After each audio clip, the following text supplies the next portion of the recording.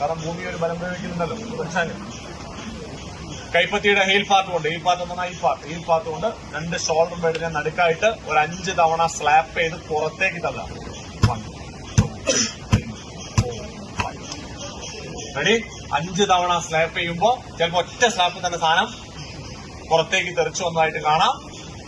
5 തവണ സ്ലാപ്പ് ചെയ്തിട്ട് ഈ കൈയിലേക്ക് മാറ്റി കിടത്തുക. നോക്കുക വായയിലേക്ക് എന്തെങ്കിലും വന്നിട്ടുണ്ടോ. വായയിലേക്ക് വന്ന സാധനം എന്ത് ചെയ്യാം, റിമൂവ് ചെയ്യാം. നമുക്ക് വെള്ളമിട്ട് നോക്കിയാൽ സാധനം കിട്ടും. കിട്ടിയാൽ കുഞ്ഞ് ഓക്കെ ആവും. ഓക്കെ ആവുന്ന പറഞ്ഞാൽ കുഞ്ഞ് ശ്വാസം എടുക്കാൻ തുടങ്ങും. ശ്വാസം എടുക്കാൻ തുടങ്ങിയാൽ കുഞ്ഞ്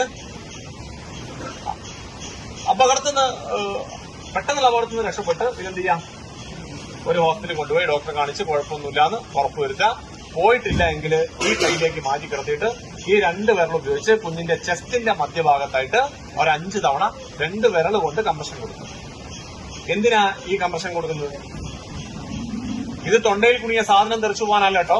കുഞ്ഞിന് സഫീഷ്യന്റ് ആയിട്ട് ഓക്സിജൻ കിട്ടുന്നില്ല. ഓക്സിജൻ കിട്ടാത്തതുകൊണ്ട് കുഞ്ഞിന്റെ ഹൃദയം സ്റ്റോപ്പായി പോകും. കുഞ്ഞു മരണത്തിലേക്ക് പോകും. എന്ത് സംഭവിച്ചാലും ഇപ്പൊ ശ്വാസം കിട്ടാനിട്ടായാലും, ഞാൻ നേരത്തെ പറഞ്ഞ പോലെ ശരീരം നടത്താലും ഒക്കെ മരണം സംഭവിക്കുന്നത് എങ്ങനെയാ? ഹൃദയം സ്റ്റോപ്പായിട്ടാണ്. അപ്പൊ ഹൃദയം സ്റ്റോപ്പ് ആവരുത്, അതിന് വേണ്ടിയിട്ടാണ് നമ്മൾ ചെസ്റ്റ് കംപ്രഷൻ കൊടുക്കുന്നത്.